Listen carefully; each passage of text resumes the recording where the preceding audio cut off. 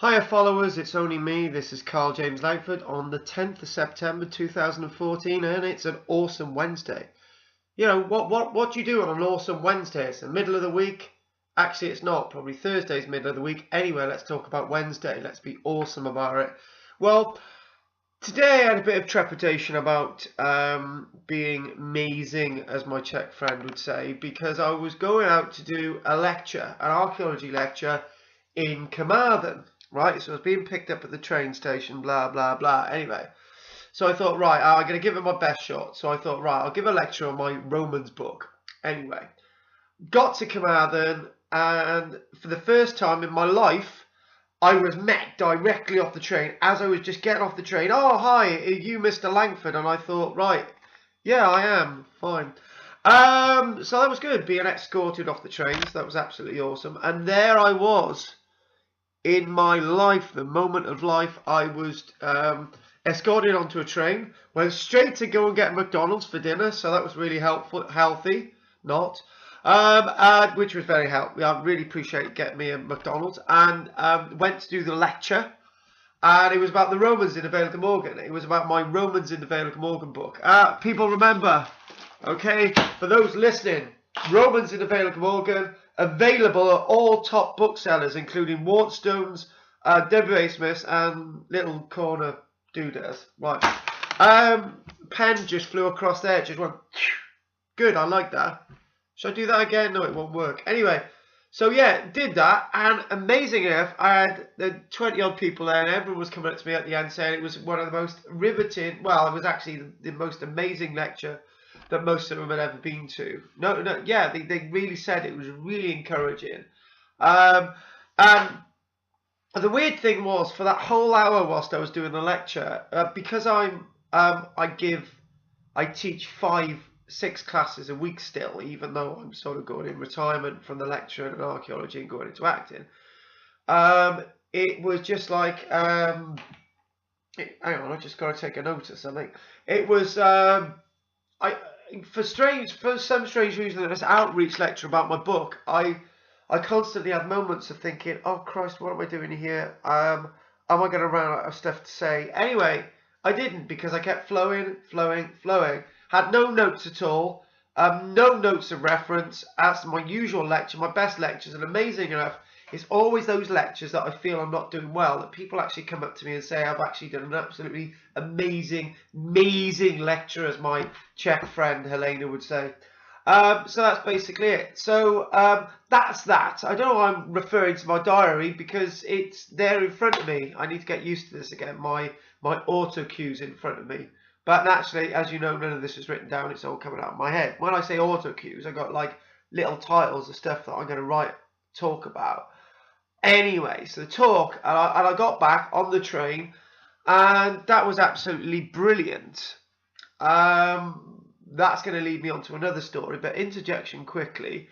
I'm getting a lot of acting jobs coming through recently, and it's getting very, very frustrating, because what I'm finding is that it's almost as if I'm being accepted for jobs, and either they don't fit in with the days that I need to act and whatever, or I'm not meant to be acting that day, and so on. So I'm being offered loads of work at this minute. It's just ones actually get to full fruition. It's called, I've had the light pencil, and then you have the heavy pencil, and then you actually do the job. Anyway, those that do acting will know exactly what I'm talking about. But anyway, I've actually got an audition on Monday, so I'm really looking forward to that. So I'll let you know all about that when I get to it. Absolutely awesome. I'll be getting my glasses, my new glasses, on Friday. Really expensive glasses. They'll be a bit like this. Be like Viking glasses. I'll be able to do this like boo, boo. Kirk Douglas is coming. Boo. Oh, that's got nothing to do with my glasses at all. In fact, that was just totally ridiculous. Well, I won't do that again. Anyway, the train thing. I was then there was a drunk guy on the train just as I was getting off in Bridgend to get my VOG train. We call it the VOG train from Bridgend through to Barry. Callixton or wherever I live. And it's going through the Vale of Glamorgan because we call it a Vogue train, right? You've all glazed over, fallen asleep. Anyway, sorry about that. Anyway, so where are we now? We done glasses. We done. Oh right, yeah, woman on the train, right? I thought it was like one of those moments. I thought, do I go via Cardiff through to like Barry that way, thingamajig, which is longer, and I'll be later getting home, or do I get off at Bridgend and go sort of? That's what happens when you get that train. You go. Don't do that again. It's just like really bad. Anyway, so that's what I did, and I thought this guy's going to be on the conductor. Good friend of mine, and yeah, he was on the train. Like, he's got 200 members of staff, and he happened to be on that train. Absolutely amazing, awesome. By the way, I'm gonna run out of power in a second, so I better plug this in, right? So can you all like listen while I just like maybe I might do a ditty, like "Oh, I wish I was in a land of cotton. All my dreams are not forgotten. Look away." See, power's back in now, right? You can tell this is really professionally organised. Right? We won't edit this. This is raw. Where was I? Train. So I got on the train, I was talking to the guy, he's called Chris, I love him to bits, he's a Christian, he's an awesome guy, amazing AF. There's only 4 of us on the train. There's the guard, Chris, there's the train driver, there's me, and the woman. Remember, woman, right? Woman in black, but she's a woman in red, but she's a woman in black. Jake will know what I'm on about. See, woman in red, listen to this, forget it. Anyway, so I was talking about the book. Anyway, just as we got from Bridgend to Lantwit, the guard just went like over there, not over there in my flat, which would be a bit weird because it's not a train. It's not a flat, I live in a house. I'm not living in a flat or a train, right? I live in a proper house, all right? Anyway, he goes to go to the door and he says to the woman, just as he's going out, this guy's written a book and I just bought a copy of his book. And all his acting stuff, if you get him to put on a DVD, right? You'll be able to watch all his stuff, and she's not really impressed. But anyway, so then I says to the woman, do you fancy buying a book that I've just sold him, another new one, sort of, that I'll sign, not his book, but another one? So she said, yeah, I'll just, no, I don't. She didn't say yeah, no, she said, I'm not interested in a book, because I'm not really interested in Romans. So that's fine.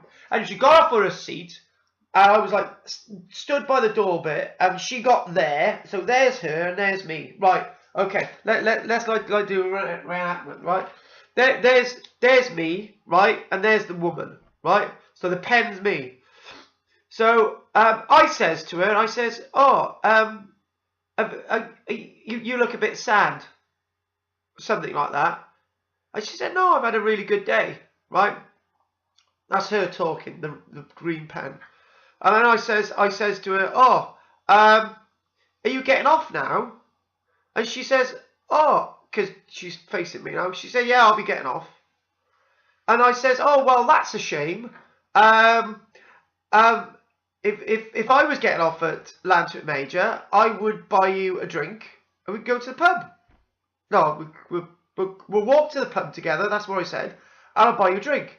And she said, oh, it's a shame I'm getting off.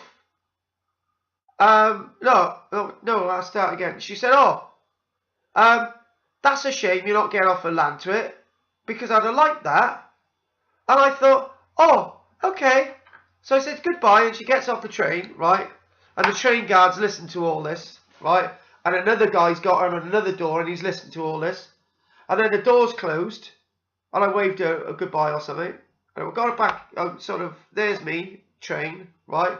In comes the train guard in blue. He wanders down the corridor, and the other guy behind me, which is the green pen, no, not that green pen, the black pen. No, not that he's that. No, forget this. Yeah. Anyway, the train guard. Anyway, forget it. He's blue. Forget it. No. Anyway, I says, look, guys, did you all hear that? And they said yes. And Chris said, oh, I had been sort of building you up for that. And the guy said, yeah. And I said, I must be a twat. And the guy down here said, yeah, definitely a twat. And the guard said, that's definitely a twat. She was inviting you to go take you out for a drink. And they both said your opportunity of happiness and stuff. Anyway, that's what happens. Lady in red moment again. Maybe third time lucky. Ruined my life. My life is completely ruined. So I've done a lady in red there, pen, marking them off on my screen. Told you about the talk, new glasses, and I'm going to get very controversial. I've got to do the news log tomorrow night, which is probably Thursday, but it probably won't come out until Friday. Do you know what it's like? I got to give my opinion sort of on Scotland, but not giving it at all because I can't talk politics anymore because I'm no longer a politician. Anyway, I've decided that I'm British, okay? Whether I'm black, Asian, white, green, grey, I'm British, okay? And that's the point.